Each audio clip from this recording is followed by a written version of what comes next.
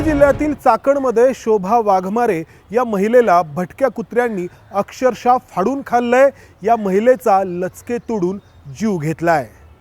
यामुळे भटक्या कुत्र्यांची समस्या किती गंभीर बनली आहे हे पुन्हा एकदा अधोरेखित झालंय आणि या भटक्या कुत्र्यांना सार्वजनिक ठिकाणी खायला घालणारे जे तथाकथित श्वानप्रेमी आहेत त्यांचे डोळे आता तरी उघडणार का हा प्रश्न उपस्थित करण्याची वेळ आली आहे।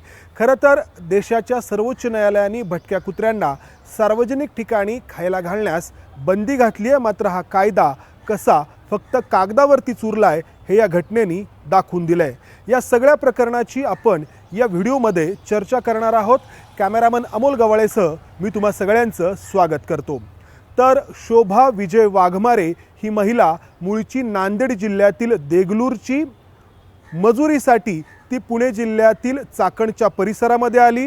तिचा 12 वर्षांचा मुलगा तिने गावाकडेच ठेवला, कारण मजुरी करत असताना त्याला पोषणं या महिलेला शक्य नव्हतं। चाकण परिसरामध्ये ज्या अनेक कंपन्या आहेत या कंपन्यांमध्ये मिळेल ती मजुरी करून ही महिला आपलं पोट त्या ठिकाणी भरत होती।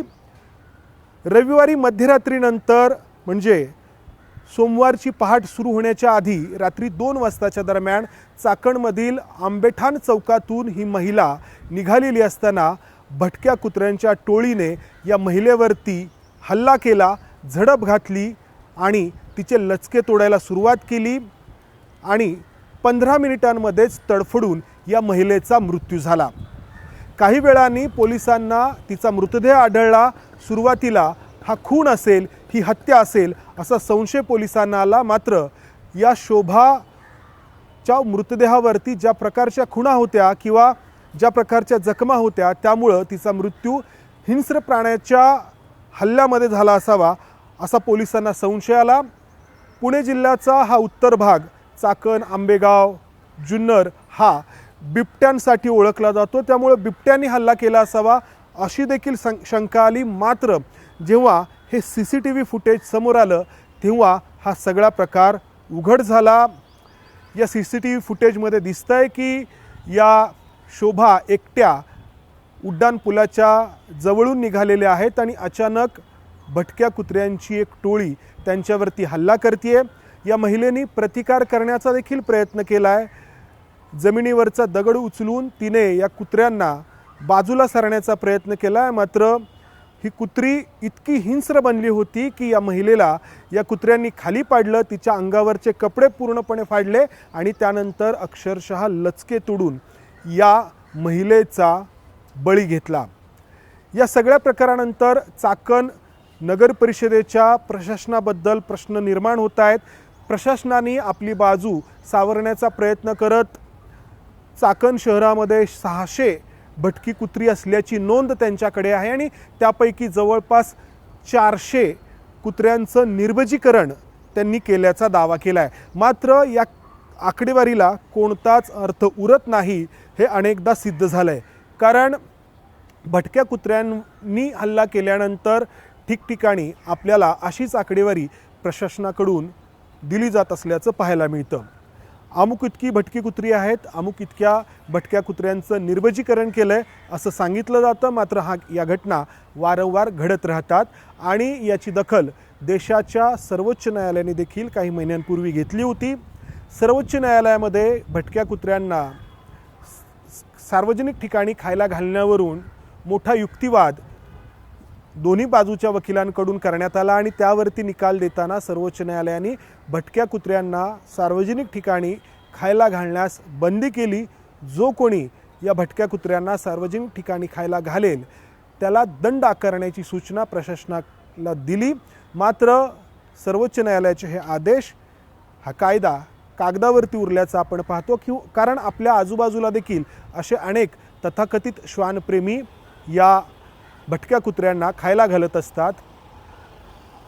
कुठलाच प्रश्न फक्त कायद्याने सुटत नाही, त्यासाठी लोकांची मानसिकता देखील बदलण्याची गरज असते।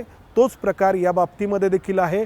कायदा आहे मात्र प्रश्न अधिक गंभीर होत चालला आहे, कारण लोकांची असलेली मानसिकता।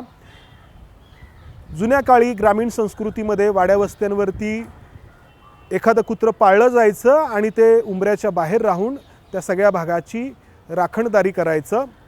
तिथपर्यंत ठीक होतं, मात्र शहरी जीवनामध्ये फ्लॅट संस्कृतीमध्ये कुत्रं घरामध्ये पाळणं हे अनेकांना शक्य होत नाही आणि मग असे लोक भटक्या कुत्र्यांना खायला घालण्याचं आपलं काम पूर्ण करण्याचा प्रयत्न करतात. मात्र काही वेळासाठी या भटक्या कुत्र्यांना खायला घालून त्यांना आपलं म्हटल्याने प्रश्न उलट आणखी वाढत जातो, कारण त्यानंतर ही भटकी कुत्री काय करतात याची जबाबदारी खायला घालणाऱ्यांवरती राहत नाही. आणि आपण या भटक्या कुत्र्यांनी अनेकांवरती, मग लहान मुलांवरती असेल किंवा सकाळी मॉर्निंग वॉकला बाहेर पडलेल्या ज्येष्ठ नागरिकांवरती असेल किंवा रात्री उशिरा कामावरून घरी परतणाऱ्या कोणत्याही व्यक्तीवरती असेल, हल्ला केल्याच्या घटना आपण सातत्याने पाहत असतो. लहान मुलांचा अशा घटनांमध्ये जीव देखील गेलेला आहे. मात्र ही जी घटना चाकणची आहे ती या सगळ्याबाबत धोरण अधिक कडकपणे राबवण्याची गरज अधोरेखित करणारी आहे. कारण या महिलेला या व्हिडिओमध्ये आपण पाहतो आहोत अक्षरशः या कुत्र्यांनी फाडून खाल्लं आहे. भटक्या कुत्र्यांना खायला घालण्याच्या या ज्या संकल्पना आहेत त्या बऱ्याचशा पाप पुण्याशी जोडल्या गेल्यात. पारव्यांच्या बाबतीत जो प्रकार आपण पाहतो होतो तसाच काहीसा हा प्रकार आहे.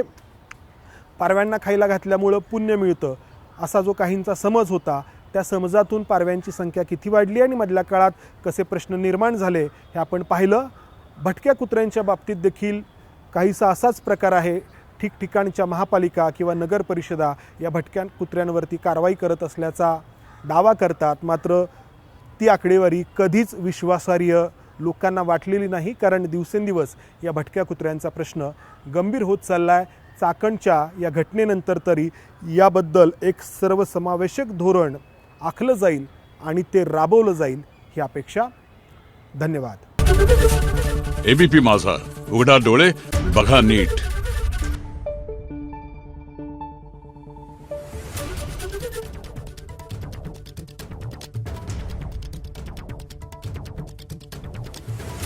Thank you.